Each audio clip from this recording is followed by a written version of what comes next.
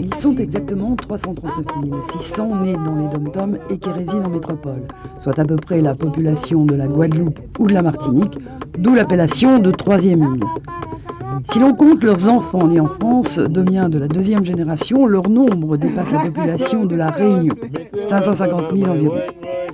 En 30 ans, la population de migrants des dom-toms vers la métropole a été multipliée par 12, jusqu'à constituer ce que les sociologues ont désormais baptisé le cinquième dom.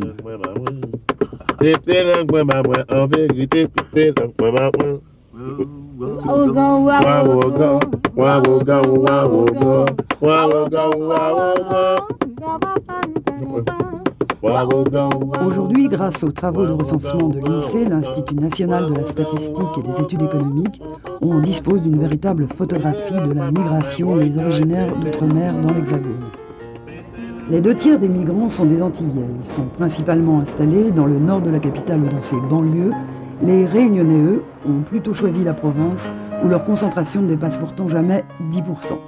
Ce partage entre l'Île-de-France et la province correspond grossièrement au partage emploi public et privé, où l'on trouve davantage de Réunionnais. Un Antillais sur 4 né aux Antilles vit en métropole, contre un Réunionnais sur 6. Je suis arrivée au mois d'août 90.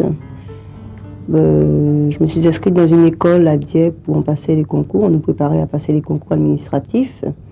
Et j'en ai eu 2, celui des impôts, celui de la police nationale. Et j'ai choisi les impôts. Je suis venue ici parce que là-bas, je n'avais pas de boulot fixe, des petits boulots de temps en temps. Et là, j'ai préféré chercher une stabilité. Et vous êtes venue seule ? Seule, oui. J'ai été logée par une parente, une cousine qui est ici depuis près de 20 ans. J'ai eu des problèmes plutôt au niveau du climat, mais à part ça, non, ça a été pas trop mal. On se retrouve toujours on est tous regroupés dans le même cadre, HLM, et puis dans certains secteurs qu'on nous inculque, je dirais un petit peu. On est tous regroupés au même endroit, et puis ça fait, ça pose des problèmes pour l'intégration, puisqu'on est toujours ensemble, donc on n'arrive pas à aller vers les autres, puisqu'on est toujours regroupés, on se retrouve toujours. Je me ressens plus émigrée que française sur le territoire français. Chez moi, c'est autre chose. Là, je peux dire que je suis française. Ici aussi, je peux le dire, mais il y a un contexte dans lequel on se trouve ici qui nous fait plutôt pencher pour le fait de se ressentir plus émigré que français sur le territoire français. Mylène est presque l'archétype du migrant. Elle se situe dans la tranche 25-30 ans, où l'on compte un Antillais sur 2 vivant en métropole. Dans cette classe d'âge, pourtant, beaucoup aujourd'hui n'ont plus l'espoir de pouvoir entrer dans la fonction publique et sont très souvent confrontés au chômage. S'il y a quelque chose, je vais rester, quoi. Mais s'il n'y a pas de débouché, quoi, je préfère de retourner là-bas, quoi. Parce que surtout en ce moment-là, c'est vraiment dur pour les Noirs, quoi. Peut-être la fin d'un mythe. Dans les années 60-70, les années Bumidum, où l'appel de la main-d'œuvre d'outre-mer était planifié, quand on partait pour la métropole, on était quasi sûr d'y gagner sa vie et d'y trouver un emploi. Aujourd'hui, en raison de la conjoncture économique, l'objet de la migration a évolué. La motivation travail ne joue plus dans le même sens, les anciens s'enracinent, mais les jeunes, victimes du chômage, vivent souvent un départ essai et un retour échec au pays. Je suis arrivée par l'intermédiaire de Bumidum et j'ai eu du mal à trouver un emploi parce que il y avait déjà des problèmes. Alors pourquoi la RATP ? Je suis rentrée à la RATP comme ça. Je vous dirais franchement, c'est pour le salaire. C'était pour le salaire, c'était pas pour une sécurité d'emploi. Mon futur, il est là. Hein. J'ai 23 ans de régie, donc je ne pense pas que ce serait une bêtise de partir maintenant. Je suis favorable au retour, mais nous avons quand même construit quelque chose ici. J'ai une maison en France, j'ai mes enfants, et je ne pense pas que mes enfants ils me suivront tout de suite. À la RATP, sur 38 000 salariés, il n'y a pas moins de 2000 Antillais. Rares d'ailleurs sont ceux d'entre eux qui n'avouent pas avoir choisi la régie pour le salaire, la sécurité de l'emploi et la retraite à 50 ans, avec un espoir de retour. Au début, je suis venu comme ça un peu à l'aventure, parce que tout le monde, aux Antilles, tout le monde parlait de la France. Et à cette époque-là, les jeunes avaient envie de venir en métropole. C'était un peu la folie là-bas. Dans ma jeunesse, quand moi je suis arrivé en métropole, on pouvait se permettre des petites fantaisies au niveau travail, changer, que maintenant ce n'est plus le cas. Je me vois finir mes jours aux Antilles, à la retraite bien sûr. Moi je suis venu pour faire mon service ici, je l'ai fait dans le Nord. Et après, avant de finir mon service, j'ai fait une demande à la régie, et 2 mois après, ça a commencé quoi. Le stage, et patati et pataplon. Là maintenant ça fait 7 ans. Maintenant ça fait 7 ans, ouais. Vous installez à la RATP et en métropole ou vous avez Je l'intention? m'installe à la RATP jusqu'à mes 50 ans et après, comme je suis en train de faire construire, je repars chez moi. Ça me permettra d'être jeune et vigoureux, jeune retraité vigoureux. Je pourrais travailler la terre. L'image d'Épinal de l'antillais fonctionnaire, facteur, chauffeur d'autobus, aide-soignant ou agent des impôts reste d'actualité. Sur 10 Antillais qui travaillent, 8 ont une activité tertiaire. Et la moitié de ceux-là sont fonctionnaires ou assimilés, contre 1 sur 3 pour les métropolitains. Une situation qui les expose moins au chômage. Le taux de chômage des originaires des DOM en métropole est en effet à peine supérieur à celui des métropolitains, 12,8%, mais très inférieur à la moyenne outre-mer. La part des actifs, bien supérieure à celle de la métropole, est en effet en augmentation constante, mais le niveau de qualification des emplois décroît. Notons, pour situer l'ampleur du phénomène, que les seuls actifs antillais sont plus nombreux que la totalité des Africains installés en France. Quant à la structure des emplois, elle est, elle, assez proche de celle des compatriotes restés sur place. Mais ce sont, dans l'ensemble, des postes de basse qualification.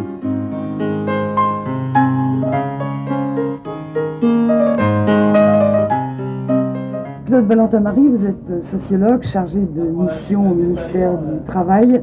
Vous êtes à ce titre l'auteur d'une étude sur les populations des DOM-TOM en métropole, une étude réalisée à partir du dernier recensement INSEE de la population. Alors, pourquoi d'abord les TOM sont-ils aussi peu présents dans cette étude? Et puis comment avez-vous réalisé cette étude? Quelles sont les précautions à prendre lorsqu'on travaille sur des chiffres pour donner un éclairage sur les hommes?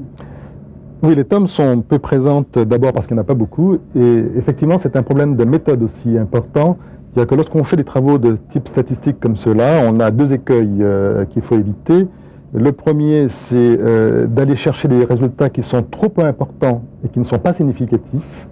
Et le second, c'est d'aller chercher des résultats trop larges et qui ne sont pas significatifs de la vie des gens. En fait, le travail consiste à se tenir entre les deux, c'est-à-dire en fait dégager des grandes tendances des populations, à la fois en les comparant les unes par rapport aux autres, et deuxièmement, les comparant par rapport à elles-mêmes, en quelque sorte, sur ce qu'elles deviennent dans le temps. Donc ce travail a été fait dans cette perspective, et il nous permet de faire un bilan, au bout de 30 ans de migration des populations des DOM-TOM, et il est principalement centré sur les populations des 3 grands départements que sont la Martinique, la Guadeloupe et la Réunion, du point de vue des effectifs qui sont présents en France métropolitaine. Alors, les éléments principaux qui se dégagent de cela sont d'abord le résultat d'une croissance de population extrêmement importante. Le graphique que vous avez à l'écran montre que de 54 à 90, on a une croissance extrêmement importante des populations. Et si on fait une comparaison avec d'autres migrations, le taux d'émigration au départ des DOM est un taux qui est pratiquement un taux record sur les populations qui sont installées en France. Ça, du point de vue des départements, c'est une ponction sur les départements qui a été absolument considérable. C'est le premier résultat. Le deuxième résultat, c'est que ce sont des populations qui sont jeunes, pour l'essentiel, qui sont venues essentiellement pour travailler. Troisième résultat, c'est que parmi ces populations, les femmes occupent une place grandissante et elles sont aujourd'hui majoritaires. Est-ce qu'il est possible de donner en 5 ou 6 spécificités le profil type du migrant originaire des DOM en métropole? J'ai envie de dire le profil type de la migrante originaire des DOM en métropole. Enfin, ce n'est pas une boutade. Je veux dire par là que c'est une caractéristique essentielle des migrations au départ des départements d'outre-mer par rapport aux migrations étrangères, c'est que les femmes y sont majoritaires. Les femmes jouent un rôle considérable dans l'ensemble de toute la dynamique migratoire. Je veux dire par là aussi bien ce qui est l'activité économique que l'activité familiale, enfin que les réalités familiales, on y reviendra peut-être. Alors le profil type, ils sont jeunes, ils sont, lorsqu'ils ont un emploi, généralement fonctionnaires. Lorsqu'ils ne sont pas fonctionnaires, une grande précarité d'emploi, c'est-à-dire qu'effectivement, on a un taux de chômage dans la population des DOM qui est un taux de chômage qui est un peu supérieur à celui de la population métropolitaine. Mais si l'on considère qu'il y a plus de fonctionnaires dans la population des DOM que dans la population métropolitaine, ça veut dire que ceux qui ne sont pas fonctionnaires ont de grosses difficultés à trouver un emploi. Alors cet élément d'activité est un élément central parce que, comme je l'ai dit précédemment, c'est ce qui motive réellement la migration. Et si les femmes sont si importantes dans la migration, c'est d'abord aussi parce qu'elles ont comme motivation de rechercher une activité en métropole qu'elles n'ont pas trouvée dans les DOM. Il faut savoir que les taux de chômage des femmes dans les DOM sont supérieurs au taux de chômage des hommes. Donc la motivation activité des femmes est une motivation essentielle et cela se traduit ici par ce qu'on appelle des taux d'activité, c'est-à-dire le nombre de femmes qui travaillent sur le total des femmes. Chose remarquable, c'est qu'il y a un taux d'activité des femmes, des DOM installés en métropole qui est supérieur à celui des femmes métropolitaines et qui est supérieur également à celui des femmes restées dans les DOM. Ça veut dire que ce qui caractérise essentiellement la vie des femmes ici, c'est d'abord de travailler pour assurer une charge de famille, nous y reviendrons tout à l'heure. Alors Claude Valentin-Marie, vous mettez donc en évidence un double phénomène, à la fois d'enracinement et de retour. Alors expliquez-nous un peu mieux ce paradoxe. En fait, en 90, on observe plus exactement trois phénomènes. Le premier que j'ai essayé de dire tout à l'heure, que j'ai démontré tout à l'heure, c'est le fait que les arrivées se sont ralenties. Plutôt les installations se sont ralenties. Il s'installe moins de personnes dans ces dernières années qu'il n'en s'installait auparavant. Deuxième résultat important, c'est qu'il est retourné de gens qui étaient installés en métropole auparavant vers les DOM, plus de personnes qu'auparavant. Et le troisième résultat, apparemment paradoxal, c'est que la grande majorité des gens qui ont fait le travail, qui ont fait le voyage, c'est la grande majorité de ceux qui sont venus, sont maintenant installés durablement, sinon définitivement, en métropole. Pourquoi? Parce que, d'une part, la grande majorité d'entre eux ne trouvent pas les moyens de se réinsérer sur le plan économique dans les DOM. Il n'y a pas de création d'emplois suffisante, il n'y a pas un éventail d'emplois suffisant, il n'y a pas une disponibilité d'emplois suffisante dans les DOM pour retrouver l'ensemble des populations qui sont installées ici. Au contraire, il y a des situations de chômage dans les DOM qui apparemment devraient inciter encore au départ, mais je reviens à mon constat premier, l'incitation se fait moins forte, non pas parce que la situation s'est améliorée dans les DOM, mais parce que la situation s'est dégradée en métropole.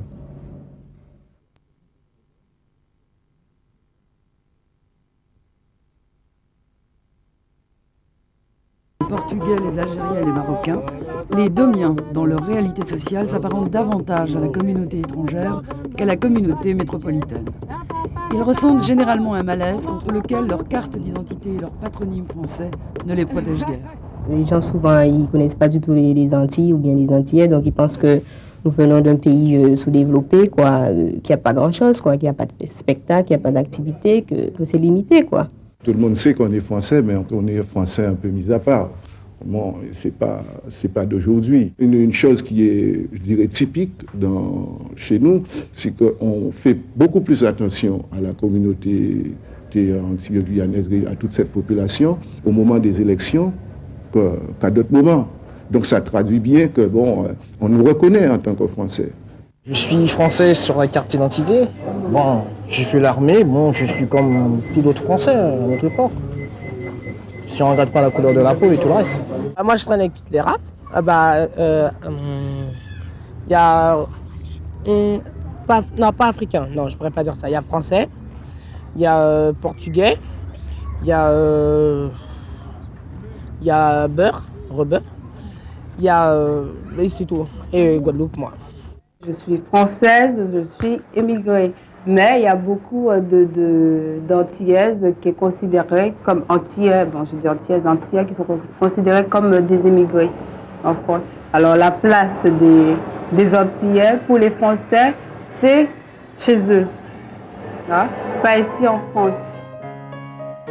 La famille antillaise en métropole est aussi loin des normes françaises qu'étrangères. La vie collective et familiale se développe face à une solitude des métros qui s'accroît. De plus, les familles monoparentales à dominante féminine sont plus importantes qu'en France. Je suis seule. Il faut toujours, s'il y avait quelqu'un, par exemple le père de mes enfants, à mes côtés, ça n'aurait pas été pareil. Par exemple, sur le plan scolaire, Et il y a beaucoup d'autres choses. Par exemple?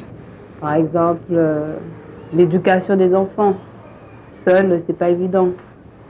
Je fais tout ce que je peux pour eux, mais c'est pas toujours suffisant. J'habite à Nières, mon fils est à l'école juste à côté, une ville limitrophe, et puis j'ai des amis qui m'aident, qui vont me le chercher ou qui me l'emmènent à l'école. Ça m'oblige à le réveiller de bonne heure parfois, quand je commence à 6h30, 7h, je le réveille à 5h pour l'emmener, à 6h chez des amis qui me l'emmènent à l'école. Je suis au chômage, et j'arrête pas depuis que je suis à Métropole, là, c'est le chômage, je perds le boulot, je reprends un autre, je le perds, et voilà, sans arrêt, ça... Donc ça cause des problèmes, quoi. Parce qu'avec une seule paye, c'est pas évident.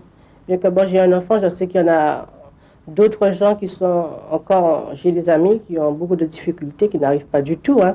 Mais je peux dire déjà, quand même, avec un enfant, une seule paye, c'est difficile. Je vis très mal cette situation. Pourquoi? Parce que bon, j'étais habituée avec mon mari et c'était l'aide de la famille. Mais comment vous faites seule avec 6 enfants? Écoutez, avec les 6 enfants, je me débrouille. Je leur donne l'éducation que je leur ai toujours donnée. Je les aide pour leur école parce que je peux les aider pour les écoles. Parce qu'auparavant, je ne travaillais pas. Mais quand j'ai vu que mon mari est décédé, j'ai cherché du travail. J'ai trouvé que ça, je l'ai pris pour pouvoir subvenir aux besoins des enfants. Et aujourd'hui, vous êtes sans travail? Bien oui, aujourd'hui, je suis en invalidité et je vis comme ça avec mes enfants. Le nombre croissant des naissances en métropole pose invariablement le dilemme du retour. Les enfants nés ici se sentent davantage chez eux dans l'Hexagone et ne se voient guère suivre leurs parents au pays. Dans l'ensemble, on est plutôt résigné. Si le mal du pays règne en maître, beaucoup savent bien que le retour tient de l'utopie. La nostalgie, si un peu des fois quand même, surtout quand je pars en vacances et puis les premiers jours quand je retourne, ça me manque. Je souhaite retourner là-bas, hein, puisque j'ai passé la plus grande partie de ma vie, disons de mon enfance là-bas, donc j'ai le désir profond de retourner, quoi. Et quelles sont les difficultés du retour? Ce sont les mutations qui sont très difficiles et ça dépend de la catégorie. Comme je suis agencée, donc les demandes sont plus importantes, donc ma chance est limitée, quoi. Oh là là. J'ai envie de revenir, oui, j'ai envie de retourner, mais c'est difficile. Il y a les études de mes enfants. Il y a le fait qu'ils sont habitués ici. Il y en a 2 qui sont nés ici. Et ils n'ont pas envie de retourner. Même les grands se sont habitués et c'est pas pareil. Ils ont quel âge, vos enfants? 21 ans, 15 ans, 4 ans et 6 ans. C'est pas comme ici, parce que j'ai trop eu l'habitude d'ici. Donc je pourrais pas trop vivre. Bien, je ne trouverais pas ma place là-bas.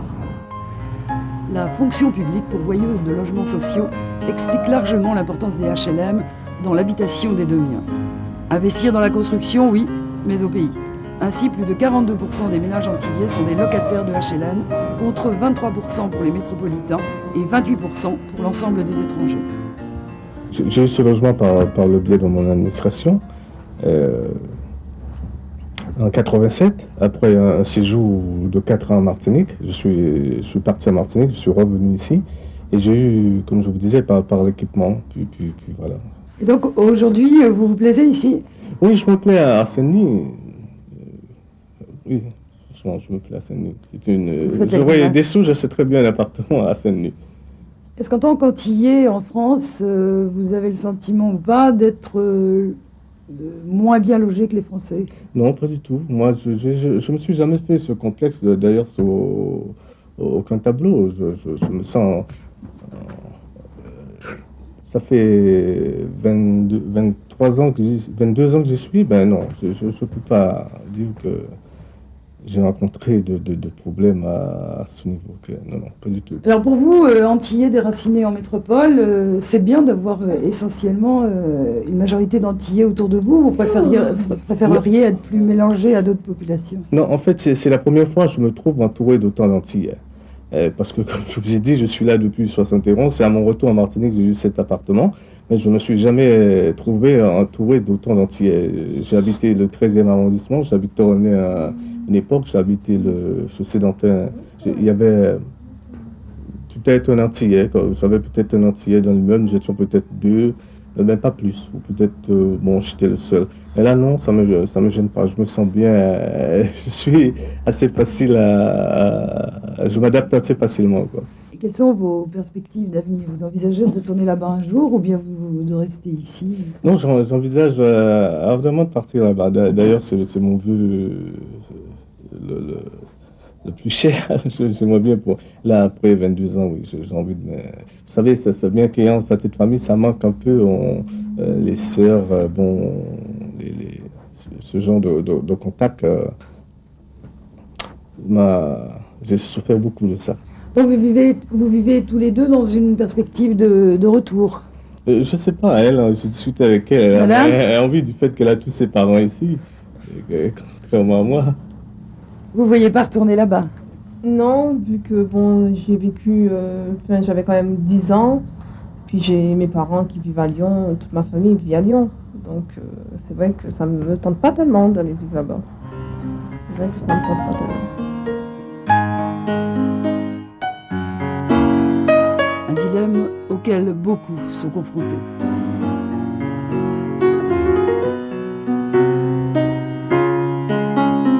Claude Valentin-Marie, vous êtes l'auteur de l'étude sur le recensement des populations des dom-toms. Alors, quelle est la physionomie de la famille domienne en métropole? On a un phénomène de développement de vie familiale antillaise, en général des DOM, en métropole, qui va un petit peu à l'inverse de ce qu'on observe pour la population métropolitaine elle-même. C'est-à-dire que dans la population métropolitaine, on a un phénomène d'accentuation de la solitude, alors qu'au contraire, dans la population des DOM en métropole, on a un phénomène d'agrandissement de la vie familiale. Au sein de la vie familiale, il y a une caractéristique encore spécifique des populations des DOM, mais plus antillaises que réunionnaises, c'est la place importante qu'occupent, les familles monoparentales, qui sont en proportion 3 fois supérieure à la moyenne nationale, la moyenne métropolitaine, et 2, le fait, généralement dans tous les cas, que ces familles monoparentales soient dirigées par une femme. Là encore, on retrouve cette prédominance de la femme dans la structuration de la vie des domiens en métropole, et cette caractéristique, famille monoparentale, dirigée par une femme, est aussi là plus une caractéristique antillaise qu'une caractéristique réunionnaise. Il y a peu de regroupements familiaux. La notion de regroupement familial ne joue pas exactement au sens où on l'entend pour les étrangers. Je ne parle même pas des conditions juridiques, je parle de la dynamique sociale, si vous voulez. Pour les étrangers, ce qui s'est passé, c'est le fait qu'on avait d'abord des hommes qui migraient, ils avaient femmes et enfants au pays, et ils faisaient venir la femme et les enfants d'abord pour le regroupement familial. Dans la migration des DOM, les femmes sont venues d'abord pour travailler. Alors ça veut dire quoi? Ça veut dire que comme elles sont jeunes, et qu'elles sont venues essentiellement pour des motivations de travail, souvent elles arrivaient célibataires. Et elles ont constitué leur famille ici en métropole. Bon. Lorsqu'elles étaient mariées ou en ménage dans les DOM, la deuxième caractéristique importante, c'est qu'elles avaient au départ un petit nombre d'enfants. Et dans les deux cas que je viens de vous citer, soit elles ont constitué la famille en métropole, soit elles avaient un petit nombre d'enfants dans les DOM, la fratrie qui va se développer, la famille qui va se développer avec un nombre plus important de naissances en métropole que de naissances réalisées dans les DOM. Et c'est ce point qui est aussi l'autre trait fondamental, c'est que l'on a des familles dont la grande majorité des enfants sont des enfants qui sont nés en métropole et pas nés dans les DOM, ce qui a des effets de transformation des itinéraires des populations et de leur stratégie et de leur orientation pour l'avenir. Oui, alors le fait que les enfants soient de plus en plus nés en France, je suppose que ça risque d'avoir de grosses incidences sur l'avenir, en particulier sur les possibilités de retour, les impossibilités de retour. Pour les populations des DOM, il y a une période un petit peu difficile, si vous voulez, pas simplement au niveau des conditions de vie, mais des choix de vie, puisque les enfants probablement vont tirer les parents de plus en plus vers une stabilisation, ce qui va conduire à la nécessité de reconsidérer, en quelque sorte, les orientations que l'on fait dans sa vie. Alors, ce ne sont pas des considérations de type philosophique, ce sont des choses très précises. Par exemple, sur la question du logement, qu'est-ce que je fais? Est-ce que je prévois l'avenir de mes enfants ici et je m'investis dans un logement ici, ou est-ce qu'au contraire, je poursuis l'aspiration de faire construire, comme on dit, au pays? Il y a là des choix extrêmement importants. Il y a des éléments extrêmement importants de rupture, il y a des éléments extrêmement importants de préservation de ce que l'on croit être une sorte d'antillanité. Et ce sont tous ces éléments qui se joue à travers l'avenir des enfants et donc des choix auxquels obligent les enfants aujourd'hui. Alors, en ce qui concerne le logement, comment expliquez-vous qu'ils soient, enfin les Antillais en tout cas, majoritairement logés en HLM? Est-ce que ça veut dire que globalement leur statut social est majoritairement défavorisé? On les retrouve essentiellement en HLM. Il y a deux raisons qui expliquent cela. C'est qu'effectivement, ils appartiennent à la couche de population auxquelles les HLM étaient destinés. Et deuxièmement, étant souvent dans la fonction publique, ils ont bénéficié par le biais des services sociaux de la fonction publique d'un accès prioritaire au HLM. Bon. Le résultat est effectivement que leur part en tant que locataire des HLM est de loin supérieure à la moyenne nationale et également de loin supérieure à la proportion des étrangers dans les HLM. À partir de là, il y a une conséquence, c'est qu'ils sont souvent locataires HLM et très peu propriétaires. Donc le statut d'occupation du logement est un élément essentiel dans l'avenir, des stratégies d'avenir. Parce que la proportion de propriétaires est à la fois inférieure à la moyenne nationale, mais elle est encore plus basse si l'on compare cette proportion à ce qui est le propriétaire dans les DOM. Donc, il y a là aussi pour les gens qui sont ici, pas seulement le fait d'être un HLM, mais de ne pas être propriétaire. Et là aussi, c'est un élément important qui va jouer, parce que l'aspiration au retour peut se combiner avec une aspiration d'accession à la propriété. Et alors, cette accession à la propriété, dans la mesure où les enfants sont nés ici, devra-t-elle se faire en essayant de construire quelque chose là-bas, ou devra-t-elle se faire en s'enracinant ici? Alors, ce ne sont pas des questions neutres au niveau de la vie des gens, parce que si on choisit de faire construire là-bas, on va pérenniser sa situation en HLM pour un logement qu'on va occuper probablement à sa retraite. Si on choisit d'accéder à la propriété ici, ça leur oblige à s'éloigner encore plus de son lieu de travail, puisque les revenus des populations, ces revenus ne sont pas suffisants pour leur permettre d'accéder à la propriété proche des lieux de travail. Et vous voyez là aussi que simplement autour de ces questions du logement, c'est pas simplement est-ce que j'ai le confort, etc. C'est quel choix de vie je fais. Et là aussi, je précise encore ce qui me paraît important, c'est que sur tous les points... Ministère des Dom-Tom. Et au ministère des Dom-Tom, il y a Léon.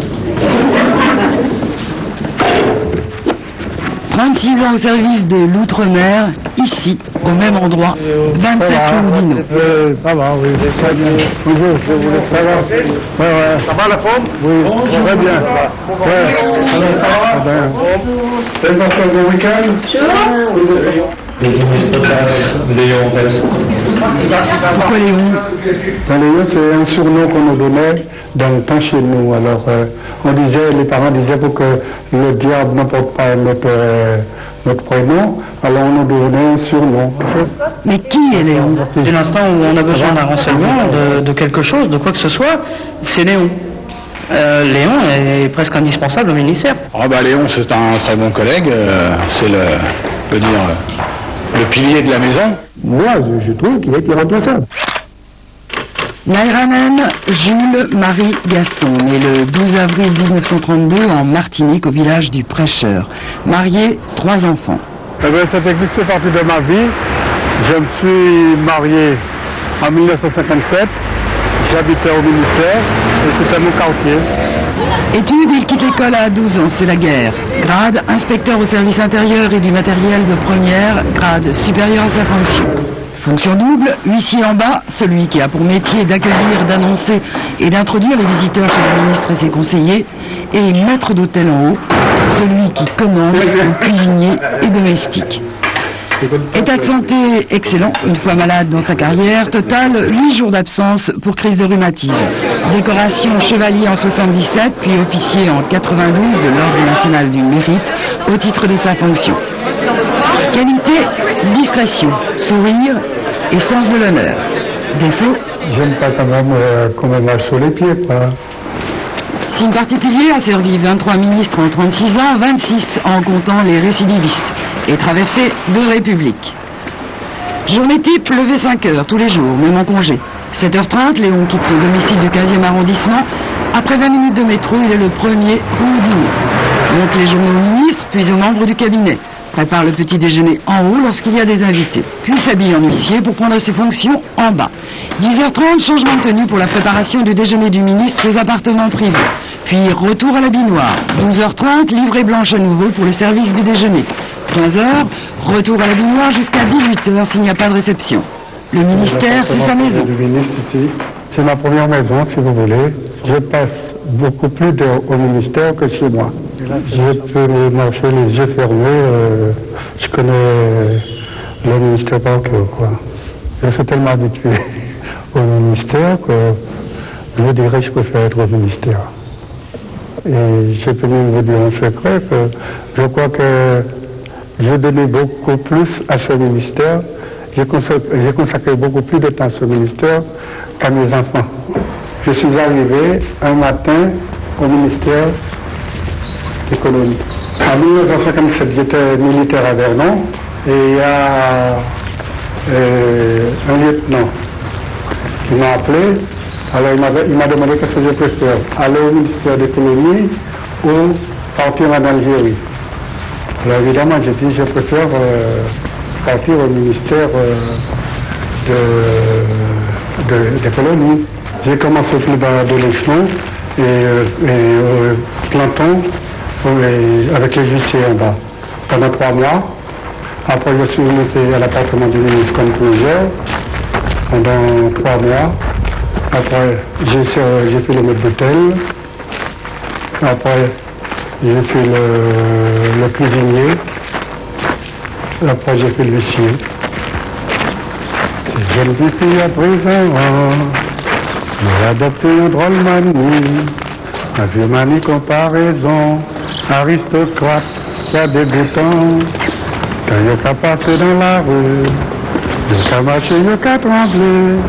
Le chauffeur des plus belles encore, ces messieurs à Kagadeyo, allez pousser par le baillot, yo tout cadio, yo fiancé. Il en a côtoyé les grands de ce monde, Léon, avec toujours la même affabilité, parfois avec beaucoup d'émotion. Et Djibarou, c'était un homme aussi gentil. Très, très gentil. Je ne peux pas trouver d'autres mots pour vous dire, mais il était très gentil. Il me demandait d'où j'étais et tout. Et puis il me disait, bon, on est d'outre-mer, on est pareil, on est d'outre-mer. Il me semble que sa présence est toujours là, quoi. Il me semble, je vois son sourire et tout, quand il me demandait un cigare, je vois toujours ce sourire. Il en a servi des ministres, Léon. Ici ou ailleurs, quand on l'appelait à la rescousse pour une réception de Varenne ou un dîner au domicile privé. Il a eu ses chouchous, bien sûr. Le pain sec, Stirne, Jacquinot, le moine, le coup-réponse. Il en a aussi des moins gentils, comme il dit. J'ai fait 5 années avec M. Le Pinsec. C'est pas un homme qu'on peut oublier du jour au lendemain. M. Stirne, quand il est revenu au ministère, comme je l'ai connu, M. Stirne, avant d'être secrétaire d'État, et du temps de M. Jacquinot, on lui faisait un service militaire. Pour moi, c'est presque un copain. Et alors c'est lui qui m'a demandé de faire ses réceptions à l'appartement. Monsieur Ponce, il était très amical, il a payé le billet pour aller à l'enterrement de ma mère à la Martinique. Monsieur Emmanueli, un jour je me rappelle, il avait un dîner et j'avais le métro à prendre. Puis je faisais vite et puis lui nageait très doucement, quoi. Alors j'ai débarrassé, puis je suis arrivé vers lui, puis je lui ai demandé s'il avait terminé. Il m'a répondu, je n'ai pas de métro à prendre. Mais tout en souriant, quoi. Il m'a pas dit ça méchamment, quoi. Alors ce jour-là, j'ai pas envie de lui répondre, moi j'ai le métro à prendre. Je ne veux pas dire ni celui-là était meilleur que l'autre, ni l'autre était plus mal, je ne peux pas dire ça, à part peut-être M. Cornet gentil. Il avait un boy, c'était un Africain. Et quand c'était la période des vacances, alors le boy était parti à Cannes avec sa femme. Et puis lui, il a voulu que je lave ses vêtements, ses chemises et tout. Alors je lui ai dit que j'étais pas un boy, que la Martinique n'avait pas de boy. Sur chaque ministre, Léon a son mot à dire, il pourrait tous les noter. Mais il est rechigne, Léon. Devoir de réserve oblige. Les bonnes qualités de ce métier, c'est écouter avec une oreille et que de l'autre oreille, tout est parti. Je crois que c'est ça qui fait ma force et toute l'admiration qu'ils ont pour moi.